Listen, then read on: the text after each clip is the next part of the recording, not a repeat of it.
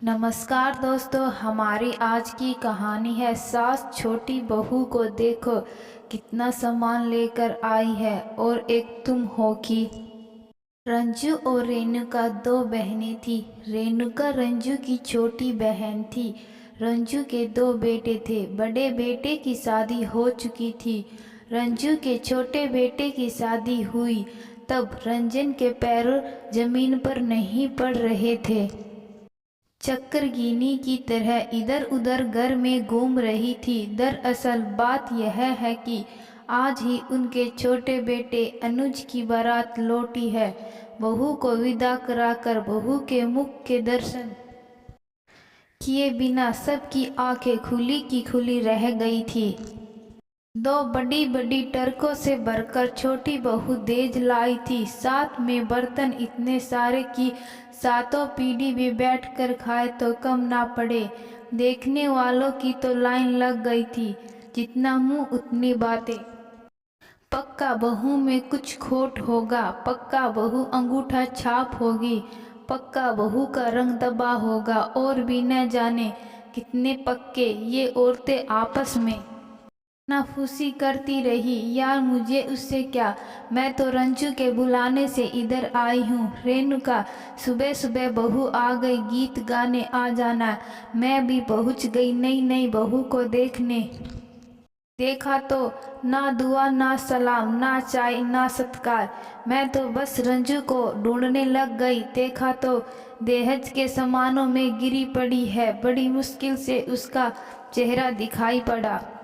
आ गई हो रेणुका, देखो नई बहू अपने साथ कितना भर भर कर सामान लाई है। रखने को भी जगह कम पड़ रहा है। तभी बड़ी बहू आई। माँ जी, यह कलश कहाँ रखूँ? मेरे माथे पर रख दो। कभी देखा है अपने मायके में इतना सामान? तुम तो अपने साथ एक डेला भी नहीं लाई थी। और छोटी बहू को देखो, इतना लाई है कि रखने की कोई जगह नहीं है। बड़ी बहू उदासी होकर चली गई। आसपास की पोपले मुंह वाली औरतें भी आग में घी डालने का काम शुरू कर दिया। अरे रंजू, हम अभी बहू को देखकर आए हैं। साक्षात लक्ष्मी है और लाए भी अपने साथ लक्ष्मी है। अब तो छोटी बहू को हमेशा सर आंखों पर बैठाकर रखना। सेवा करोगी तभी तो मेवा खाओगे। हाँ हाँ, क्यों नहीं, लाए भी तो खोज कर लाखों में। अरे बड़ी बहू, इधर आओ जरा, घर में मेहमान आए हुए हैं। और तुमको तो जरा सी भी लाहज नहीं है कि घर में आए मेहमानों का स्वागत करे। जाकर चाय नाश्ते का प्रबंध करो और अपनी देवरानी से पूछो किसी चीज की जरूरत तो नहीं है। माँ जी, हम गए थे, उनको नींद आ रही है तो सो गई है। अभी तो सुबह के 9 बजे हैं। अभी तो इतनी रस्में हैं। फिर सोचकर बोली, अच्छा सोने दो, थक गई होगी। रंजू ने कहा, थोड़ी देर में के बाद घर में इतने सारे मेहमान हैं, लेकिन इस महारानी को देखो, आराम से सोई पड़ी है। माँ जी, वह मुन्नू को दूध पिलाते पिलाते नींद आ गई थी। बड़ी बहू समझ नहीं पा रही थी कि अचानक सासू माँ को क्या हुआ। क्या मेरे साथ इनका प्यार क्यों बदल गया है? माना मेरे साथ मेरी सासू माँ इतनी गर्मी से नहीं रहती है, पर इतनी गर्म भी तो नहीं होती थी। मैं बहुत देर से देख रही हूँ का दुख मुझसे नहीं देखा गया। मैंने अपने जीवन में जितने बाल सफ़ेद किए हैं, उसके अनुभव से तो मैं समझ गई कि कहीं आप मुझे बूढ़ी तो नहीं समझ रहे हैं। अरे मैं बूढ़ी नहीं हूँ, मेरे कहने का मतलब बस अभी इक्का दुक्का सफ़ेद होना शुरू हुई है।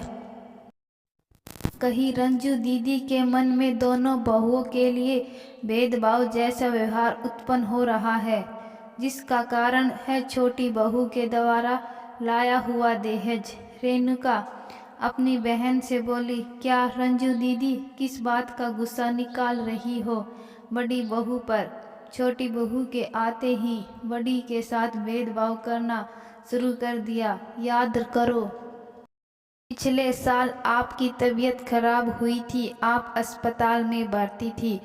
तब भी यही बड़ी बहू दिन रात सेवा करके आपकी जान वापस ले आई थी। डॉक्टर ने हाथ खड़े कर दिए थे। सारे रिश्तेदार और जान पहचान के लोग भी आपके पास नहीं गए थे। कोरोना जैसी महामारी का समय जो था, बस यही बहू ही जो अपनी जान की परवाह न करते हुए आपकी सेवा करती रही कि भूल गई कोरोना के कहर को। अभी यह बीमारी गई नहीं है।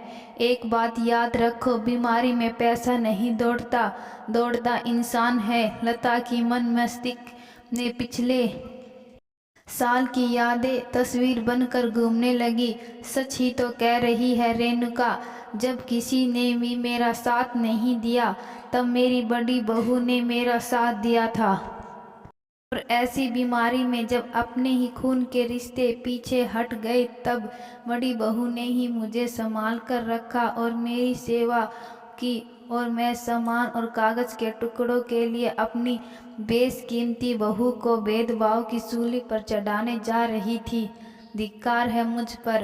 रंजू की आंखों में आंसू आ गए। मुझे माफ़ कर दो रेणुका, मैं थोड़ी देर के लिए बहक गई थी। अरे मुझे क्यों माफ़ी मांग रही हो? माफ़ी मांगनी है तो अपनी बड़ी बहू से मांगो। तब रंजू बड़ी बहू के पास जाकर बोली, मुझे माफ़ कर दो, मैंने तुम्हें बहुत कष्ट दिया है। आज रंजू और उसकी दोनों बहुएं बड़े प्यार से एक साथ रह रही थी। समय रहते ही उनकी आंखें खुल गई और एक परिवार भेदभाव के तंत्र से बच गया। तो दोस्तों, मैं आशा करती हूँ कि आपको यह कहानी पसंद आई है। अगर कहानी पसंद आई है तो कहानी को लाइक, शेयर और चैनल को सब्सक्राइब जरूर करिएगा। धन्यवाद।